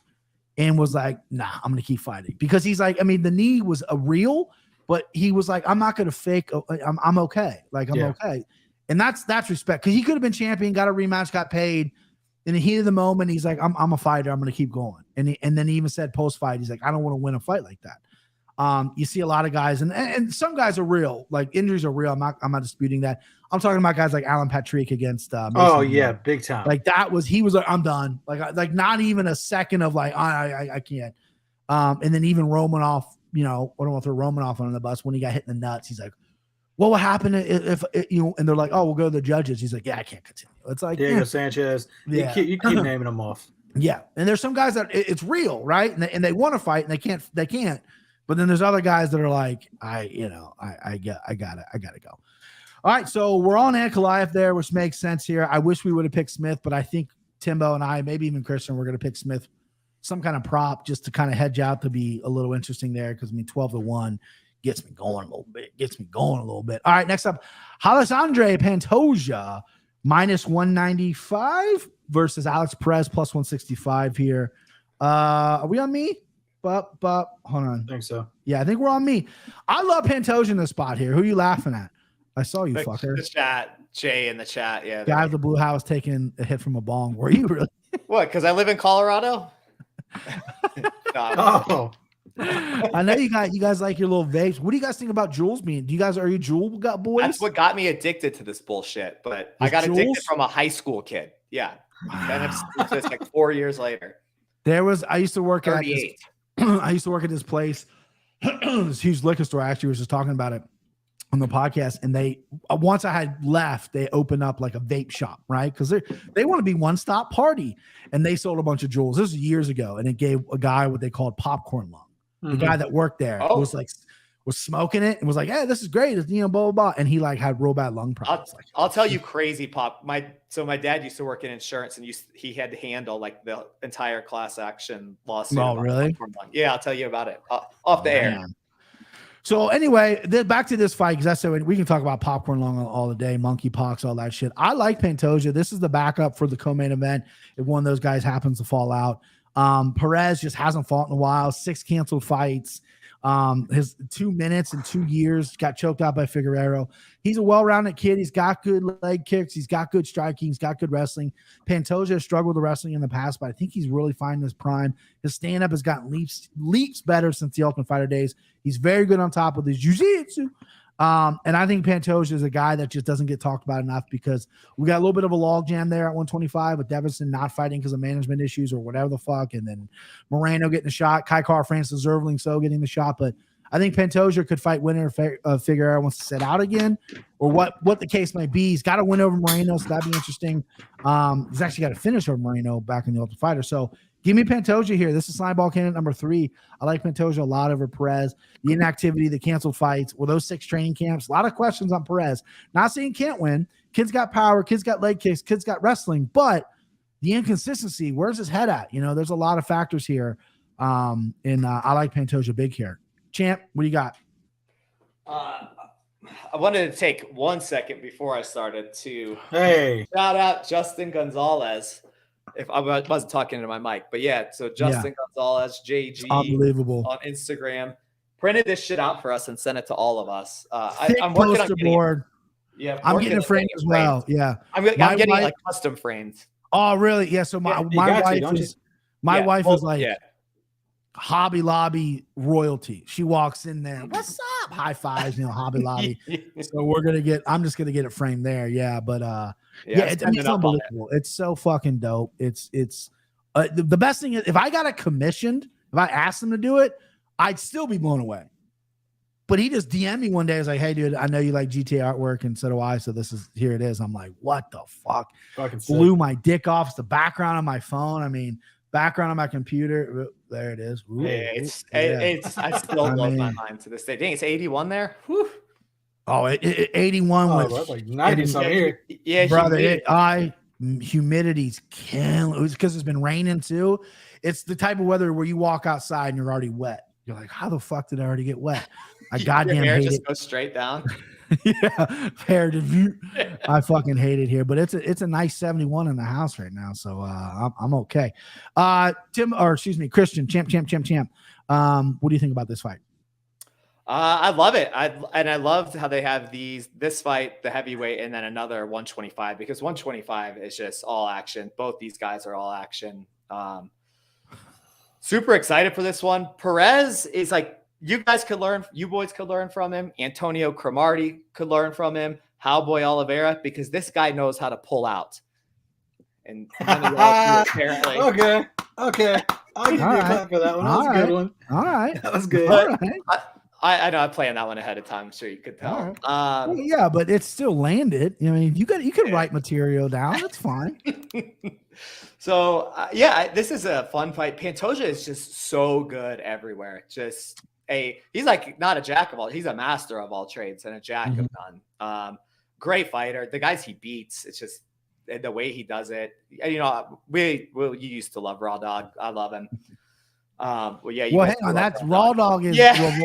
Wait, that's Timbo's guy. Watch that's mine now. I took. Oh, you stole him. Is this Royval? Royval, yeah. Oh, my guy. The way Pantoja handled that pressure that Royval put on him, that it impressed me a ton. Because dealing with that chaos, you saw how Kai Kara France buckled under that shit. Mm-hmm. But look, I really think Perez is better on the feet. I really think he has a distinct advantage there. I mean, the kicks, the leg kicks. They're filthy. You don't see a whole lot as much damage at 125. It's also unique what happens down there. I really feel like he has to make a mistake to lose. And this is Pantoja is the better fighter, but this number on fight starts on the feet, a guy that I rate as a better striker, and you're giving me plus 160 now. I would wait till Saturday to bet this. It'll probably be plus 190. So I'm going to take the shot on Perez here. It's one of those, I'm like, God, Pantoja's better. And it's a value. I'm not normally a value boy. I like to it's a value boy pick. I don't hate it. I mean, if Perez was more active and he showed a little bit more, his last fight's coming off an uninspiring performance and then cancel. You're supposed to fight Matt Schnell 10 times. Listen, I'd be right there with you. I'm just a little worried about because the guy's not making a ton of money. I mean, is he banged up? Is he taking this fight for money? What's going on? It's just he's missed weight too. Is he going to make weight for this fight? There's a lot of factors that go into it. I would obviously wait till weigh-in day to really lock it in, but I don't hate the pick. You're right. I mean, let him balloon up to 190 if you're going to run it. Timbo, what do you think about this fight? This is an excellent fucking fight. I like it. It's a great fight. It's two top guys of this division. I think it's got to likely be putting one guy in a title shot. Debating off whatever Figgy decides he wants to do, if he wants to go up or stick around or what. But Pantoja's got 2.5-inch reach advantage. I think that'll play out big here. I think Pantoja. I don't know if he's the lesser striker. I think he picks his shots better. I definitely think Perez is more the volume guy. Their stats, really don't equate that, but I think Pantoja would be the more patient fighter. He's got to avoid those leg kicks that are fucking lethal from Perez. This is a tough one. I'm a ride with Pantoja. It's a great fight. I think again Perez has not been active. You had nailed it. He's only got fucking 2 minutes in the octagon in the past 2 years. Yeah, it's been a while for him. What is he? What is he like? 30. How is he? He's 30. Okay, he's 30. So he's right there. He's not worried about it. Yeah. A lot of height. Timo Yama's a great gym. He came from the Contender Series. He's one of the won that first season's guys that kind of blew up. And they rushed him right away. He's got some good wins. The Benavidez, fight was a ugly loss. And then obviously the Figueroa got a title shot. I think he got a title shot maybe a little too early, but yeah, just want to see him fight. Just need to see him fight. That's all. And Pantoja, like AYA, however you go, shout out to you. Pantoja is legit on the ground, man. And he's patient there as well. Takes his shots good. Perez has been subbed multiple times throughout his career.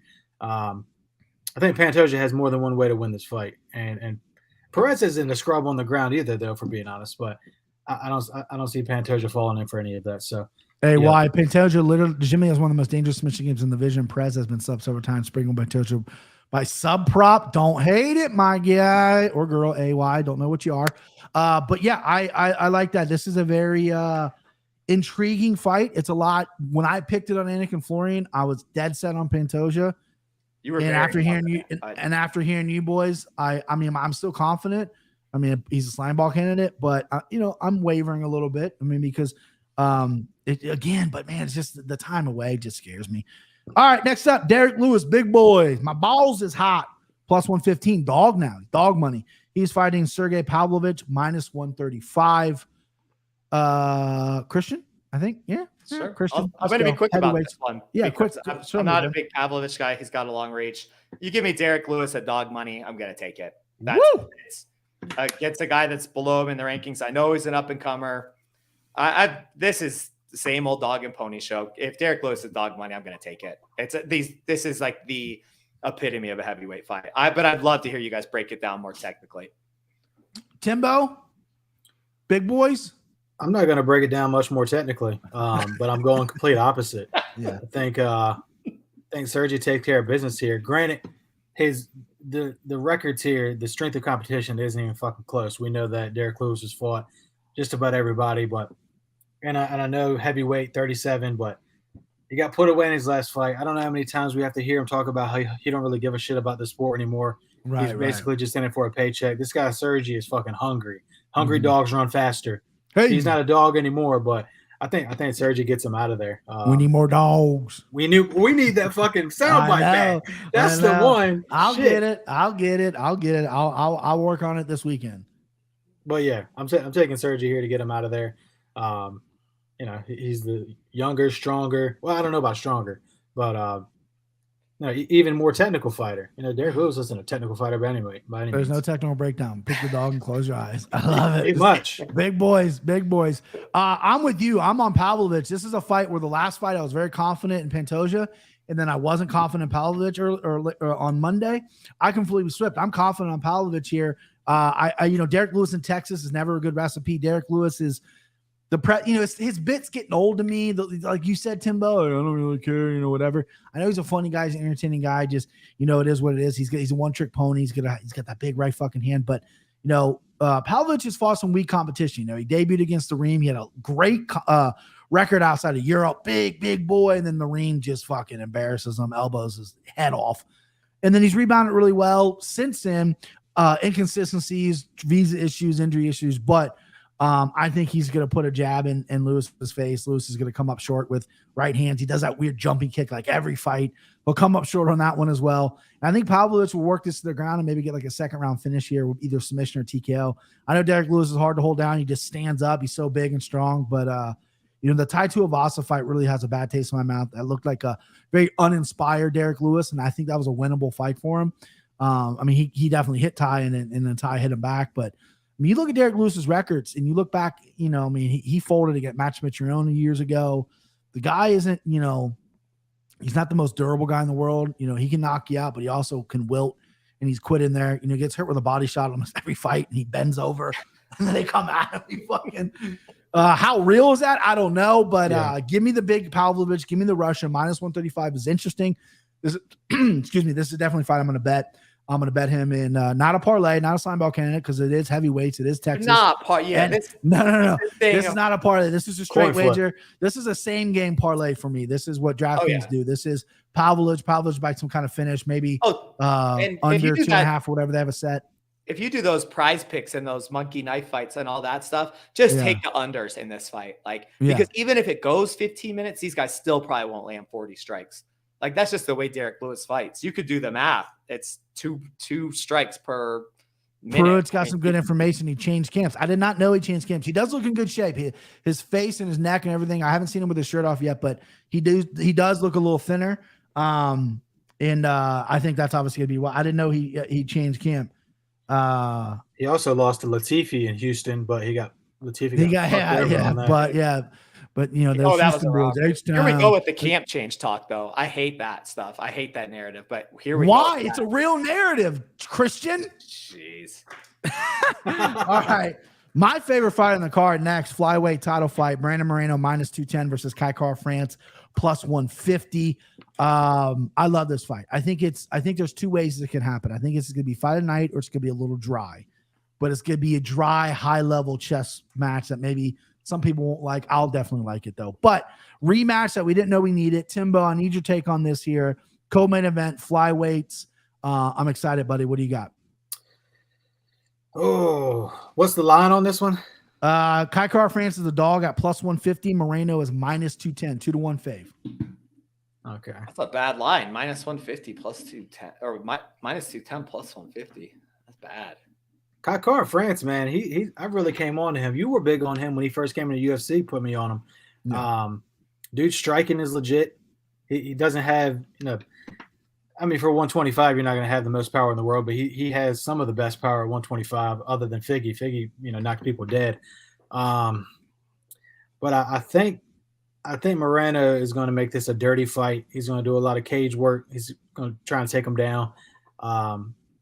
Kai Kara-France is the better striker, but I think Moreno's the better fighter in this take. And dude's got a fucking heart of a champion. We've seen him in 5-round wars already with Figgy.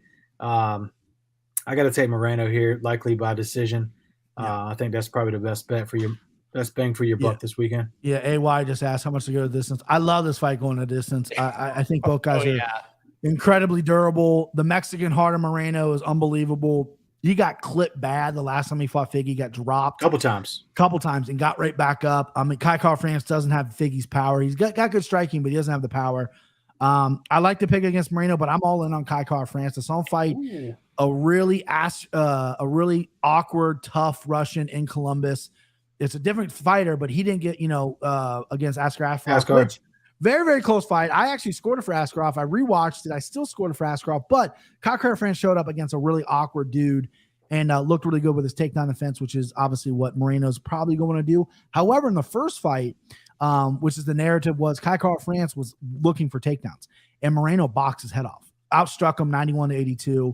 Kai Kara-France was on his back foot the entire time, started to find a battle back in the fight, but he was so thrown off by that because Moreno, up until that point, hadn't really shown really clean boxing. His counter boxing in that fight was amazing. Moreno now is a full package. He left a camp too, which I know Christian doesn't like talking about, with the James Krause's, which is it's a weird thing to me because he had his whole camp center around him. Now he's sharing the room with 50 other guys. Are you getting the individual attention? Obviously, you're going to get more because this is a title fight, but it still was kind of a weird move to me. Maybe it was in the making years before, and I just don't know about it. But I like Kai in this fight. I think Kai's going to fight smart. He's going to fight measured. Moreno's not going to touch a takedown. And I think the boxing is going to be this is why I say it's going to be action-packed, because either Moreno's going to push the pace and knows, hey, the first fight I got in this guy's face, made him make mistakes, broke him, put him on his back foot, countered him well. I need to do that again. Or the Figgy fight last time, Moreno was very patient, and Figgy picked his shots. I think Kai is going to pick his shots. I think City Kickboxing is going to get another champion here. I like Kai by decision. I like him at the dog money as well. Very entertaining fight. Going to be great. I like Moreno a lot. I think he's a sweet kid. So if he wins, I'm going to be happy. But my money is going to be on Kai Kara-France. 3.5 inch reach, 3.5 inch reach advantage for Moreno. That's something to take into consideration. That's about the inch reach advantage I have in my pants over Christian. So Christian, got him. Got him. All right, go ahead, bud. What do you think about this, champ? I love the fight. You said it's a rematch we didn't know we needed to see. The first fight was good. These guys are completely different fight. Maybe not different, but they're both so much better than they were. So much better. Yeah, you nailed it. So which makes it exciting. And so real quick, this is what I hate about this pay-per-view is I hate rematches. We have a rematch and a rematch that are going to turn into a trilogy and a quadrilogy if Vegas is right. So this is why I hate the card so bad, because I hate rematches, and we're about to We're getting two of them from the main event and co-main event. Yep. Yeah. And then they could turn into. Yeah, we're looking for. Yeah, I get you. Yeah. Yep. So this is really my beef with this card because there is talent out there, and they keep pushing. They'll push Brandon Moreno down our throats forever, I think. Well, yeah, and the Mexican-born champion, like I know what they're doing. He's adorable, and he's adorable. I love he didn't speak any English on the Ultimate Fighter, and he's learned English really well. And I mean, he just likes his Funko Pops and his Legos. I mean, the fucking, I love it. Yeah. So I'm looking forward to the fight. This narrative about Kai Kara-France being like some sort of power puncher, like he's going to knock out Brandon Moreno. It's like, Devin Figueiredo, after they fought 3 times, like was able to get in and hit him hard. That's the hardest hitter at 125, bar none. Kai Kara-France knocked out Bontarin after the craziest first round you'll ever see. Bontarin's completely gassed from like almost finishing for 4.5 minutes. And then he knocks out Cody Garbrandt. Like, well, Cody Garbrandt's got an iron chin, bro. Yeah. Yeah. I might be like a plus 1,000 against Cody Garbrandt because I could throw that hand. Throw something. You just got to touch it. You just got to touch it. So Kai Kara-France is not a finisher. I'll never forget his interview. They call me Don't Blink, but that sounds more like a Jamaican accent. Yeah, that was a weird accent. That wasn't New Zealand. Yeah, I worked. Whenever I think New Zealand, I think of the Flight of the Concourse. Jermaine? Oh, that show was so good. Jermaine? Brit? Here? Moy? Here? Yeah. I'm the hippopotamus. My lyrics are bottomless. Yeah, that show's dope. Yep. So yeah, I like Moreno a lot here. I almost texted you boys this morning. I was like, I think I got my mortal lock, and it was Moreno. Wow. And you kind of talked me off that cliff, and I'm thinking Moreno's got so much better in this time, but Kai Kara-France has looked really damn good. Askarov is a tough guy to look good against, and even if it's a close decision, to come out with it. So I do like Moreno here. Like Timbo was saying, he's the better wrestler by far. Yeah. If he can get it there, that's the question. I don't know, but just his well-rounded skill set and fighting who I regard as the best 125er in the world 3 straight times. I'll take that experience over Cody. And he's got to finish over that. Without question, even though I'm on the Kai side, Brandon Moreno has more ways to win for sure. Yeah. I just don't think it's going to get to those places. I think it's going to be a battle on the feet. And again, I'm rooting for both guys. Like, this is one of those things where I'm not going to put a lot of money on it. So I'm not like devastated if Kai loses or whatever. I'm going to take a golf shot here, but I'm just really, really, really looking forward to this fight. I think it's going to be competitive and it's going to look like the first fight. I rewatched the first fight just again today, and it was such a good fight. It truly was. And I think this one's going to be a little bit – they both got so much better. It's going to be high level, bigger stakes, obviously, and 5 rounds. All right, main event time. We got a rematch here. 7 months ago, Juliana Pena, who's plus 230, had a huge upset over Amanda Nunes, who – I mean, it's not the biggest upset in the UFC history. Matt Serra still has that title, but – oh boy, adult dating site just jumped. There we go. That's a baby. Yo. Hey boys, a year and a half ago, that used to be our entire chat. Chat. I don't ever block anyone, but I had a. Oh geez, hold on. I blocked Nigel. No, Nigel. Nigel, how do you unblock somebody? Money Bank locks. I meant to. Shout out to the chat tonight. I did see Justin in there who made the posters. He must be one of those ones. Oh, was he in there? Hell yeah. Yeah, I saw him up there. Nigel was the best. I try to block the Russian porn bot. And I can't. How do you unblock him? I'm sure he'll hear it on audio or a different. Anybody know how to unblock him? Tell me, because it's not popping up here. Son of a bitch. Does this mean we made it now that we got nakedsex.xyz blocked up the chat? Oh, I get DMs all the time on Instagram from these porn sites, and it's like, hey, do you want to be a partner and then have sex or something like that? It's like, who falls for this shit? My buddy Austin did. That's another story from another time. But anyway, man, Nigel, I'm so sorry, brother. Follow me on Twitter if you already don't, or IG. I'll send you a t-shirt for blocking. That makes me really upset. All right, main event time. Julia Pena plus 230. Amanda Nunes is minus 275. Kind of thought this how the line was going to be. I thought maybe Pena was going to be a little bit, but I'm glad we're getting the more plus number here. Timbo, you were clapping it up. I think you got a strong read. I don't know whose turn it is. Well, I'm gonna let you go first. The floor is yours, brother. Timbo's in love. Let's just start with that. Oh, Juliana Pena. I think I'm in love too. Yeah, she's show me a prettier face. I mean, she's fucking gorgeous. She's it, man. But she ain't winning this fight. That's not gonna happen, man. I hate giving into excuses, and Amanda had COVID and Amanda had a knee surgery or a knee injury, so on and so forth. But this is still Amanda Nunes we're talking about, and it's George St. Pierre once lost to Matt Serra. This shit can happen in this sport, but will it happen twice? No. Has it ever happened twice in a fight like this? No, and I don't think it will, man. I think Amanda's got something to prove, and I think she needed this, honestly, because I think she was getting fucking bored. She's going out there and beating shit out of people, and not even beating the shit out of all of them. Even in her last couple of fights, it would at least go on for a little bit longer. She definitely peaked at the Cyborg when she just fucking hit Cyborg around the cage like a pinball. But it's easy to get unmotivated, and you're a fucking, what was she, a minus 900 going against Pena last fight, and now she's suddenly, what is she, a minus 300, if that? She's minus 275. Yeah. Minus 275, man. Yeah. That's one of them parlay pieces that you gets to the end of the night. Never get it again. Everything else done hit, and you're like, all right, boys, I'm in the clear, which was supposed to be her last fight. Right. And I got fucked over on some parlays because she lost.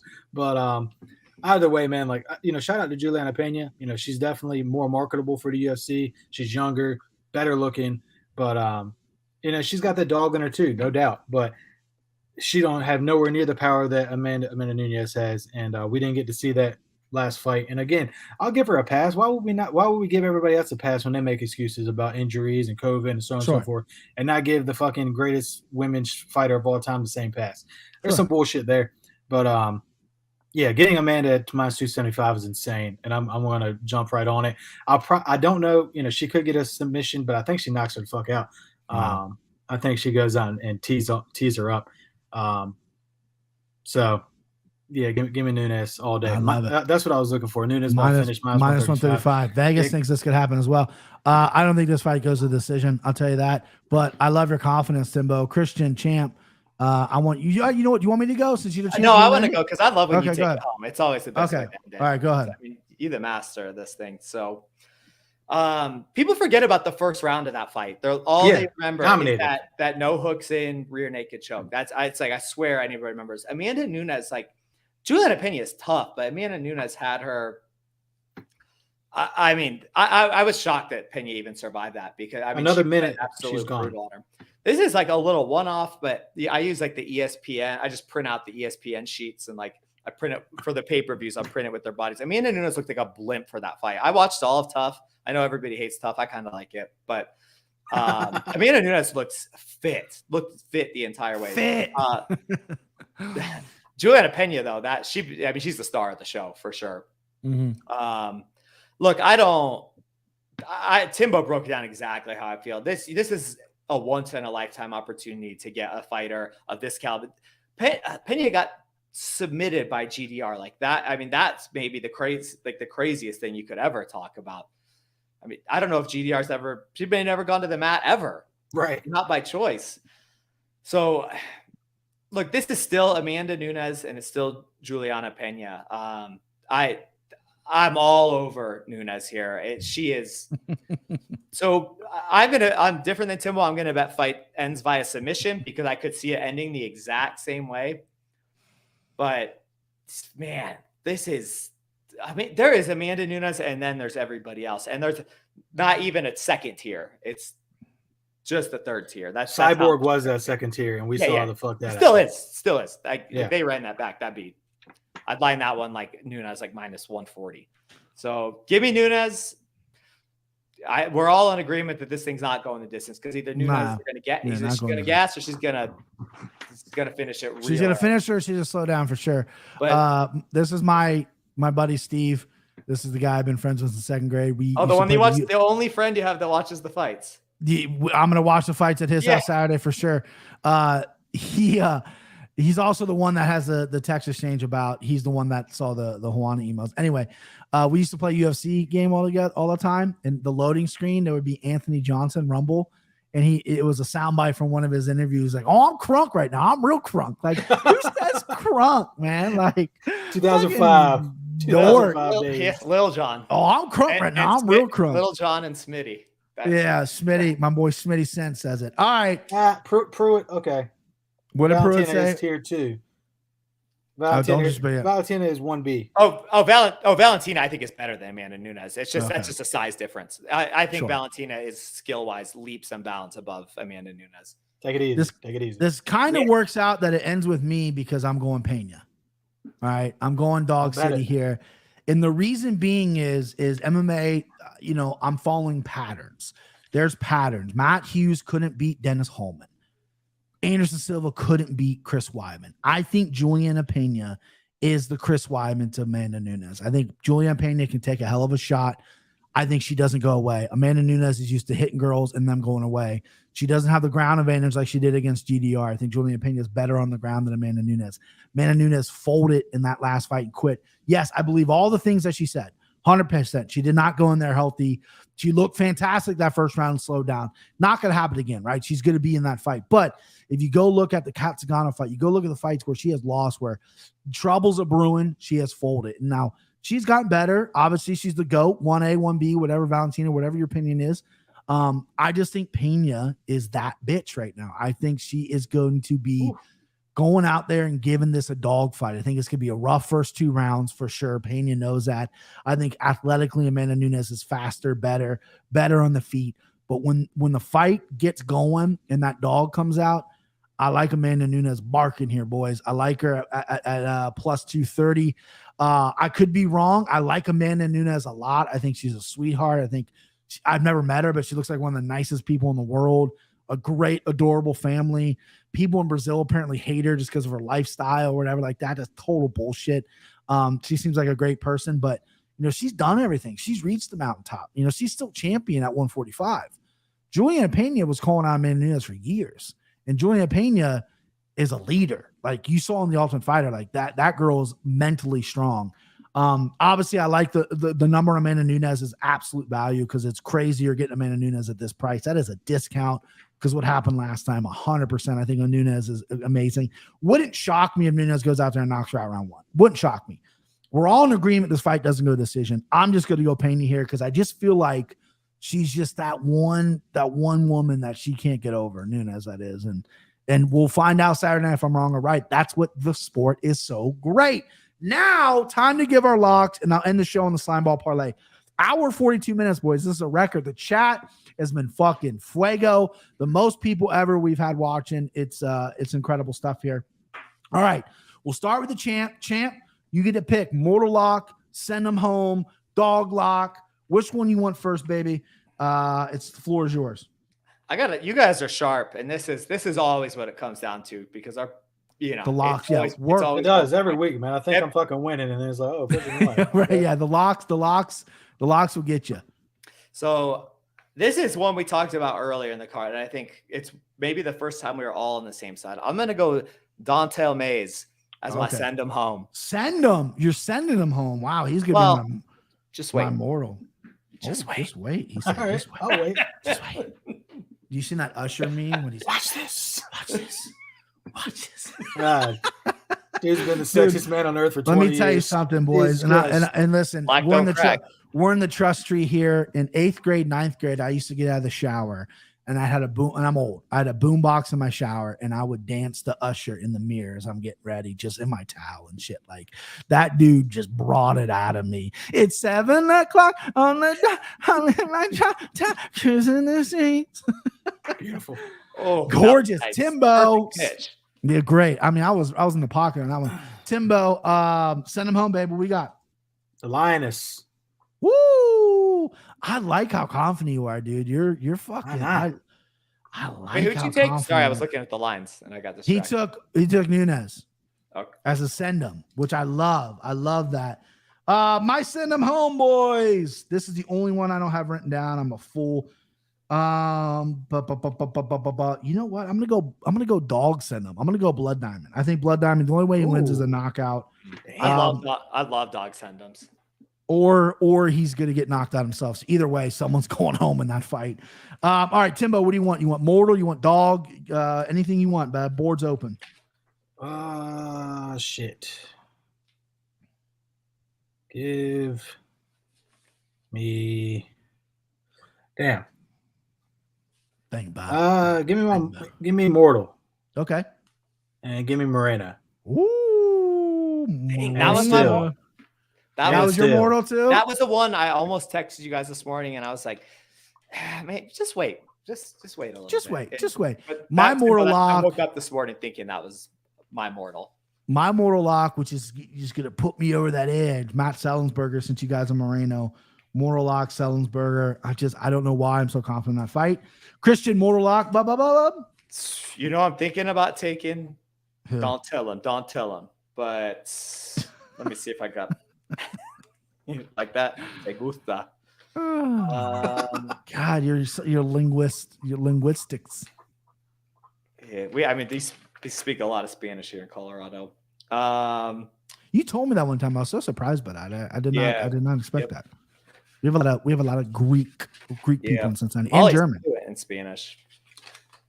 Give me. You know what? Let's roll. Let's double up. Give me. Don't tell him. Don't tell Mays. Don't tell him. Is that who we're talking about? That's what I thought. We're on Don't Tell Mays tonight. Is that your mortal lock? Yeah. I mean, Don't tell me. It's a heavyweight. It's a low level heavyweight. That is my. That's your sweet spot. But if Dontel Mays loses, dude, you might as well just burn your belts. I'll take these things out. Oh, Nigel's back. Nigel. Oh! Where's he at? He's the truth. Oh my God. I'm so Nigel, literally hit me out. I want to send you. You didn't do anything wrong. You're absolutely perfect. There was a porn bot right above you, and the chat was moving. I couldn't unblock you. I'll send you a shirt, brother. I just DM me your address and stuff and your size. I'll send it to you. I literally, guys, I felt so bad about that. It was Nigel. I just love how he came back. I love that he came back. He didn't do anything wrong. You're fucking perfect. You're the truth. To Nigel. Yeah, Nigel's the best. All right, so I am going to pick my dog lock. Obviously, the only thing left, and really the only dog that I feel super strongly about from the grave. Trindaddy is just all. Trindaddy, he's a fucking king. He's a king amongst. Dog lock is going to be Kai Kara. I'm mortal locking off with Timbo. Dog lock, Kai Kara, France. All right, Timbo. We'll go opposite way here. Timbo, dog lock. Dog lock. Read you the dogs that you have. I don't have many. Do you know how many? You have Morono. You have Morono. And you have Hafi Garcia. We all have. I got Alves too. Garcia. Yeah, I think those are the only two you got. I got Alves. Rafael you got Alves. Excuse me, and you got Porteria, who is pick 'em, but it's slight dog money, which I'll allow. So whatever one you want. Give me motherfucking. Give me Morono. I'm pretty strong on that take, man. I think he makes it a boring fucking fight, and I think he wins by decision. So we're dog locking. So you're mortal locking up against my dog. I'm dog locking against your mortal. Woo! Let's fucking go. Saturday. Listen, this is going to be, it's kind of a weaker card, but now I'm fucking excited because I'm battling with my boys. We're gonna see who gets his strap. Christian, send him home, or excuse me, send the podcast home with your dog lock. Can I get Ji Yoon Kim? Sure. Why not? Plus 100. She's like plus one. What's she on right now? Yeah. We could use that as a plus 100. I have the live. She's plus 100. I mean, she's gonna lose. Take her all you want. Take her twice. I don't give a shit. I'll give you 10 points for her. Fuck it. I did get confused. I thought Edwards was the chick that got fucking spinning back elbow by Mama McCann. I mixed those two up. That's Luana Carolina. They look a lot alike. The Dread, they're built exactly the same. No, Jocelyn Edwards fought Romana Pascal up a weight class and dominated her. Should have finished her, but Pascal's pretty tough. So you want Kim as your dog? Yeah. All right. I think she's a really good fighter. I think I always pick South Korean fighters, though. I got to go back and look at it. You got an Asian thing, which is okay to admit. All right, boys. This was a lot of fun. Thank you for joining me. I'm excited for Saturday. It's already Thursday, too. We got 2 more days, really. Tomorrow's going to fly by for me, so that's going to be pretty dope. Weigh-ins tomorrow. Weigh-ins tomorrow, early in the morning. Dallas, Texas. Home of the Cowboys. The chat, you guys are fucking amazing. Nigel, I apologize for blocking you. It was a sex bot I meant to do. I'll figure out how to unblock you for the future if that continues to go for the future lives. All right, boys. This has been a lot of fun. I'll see ya. See you, boys.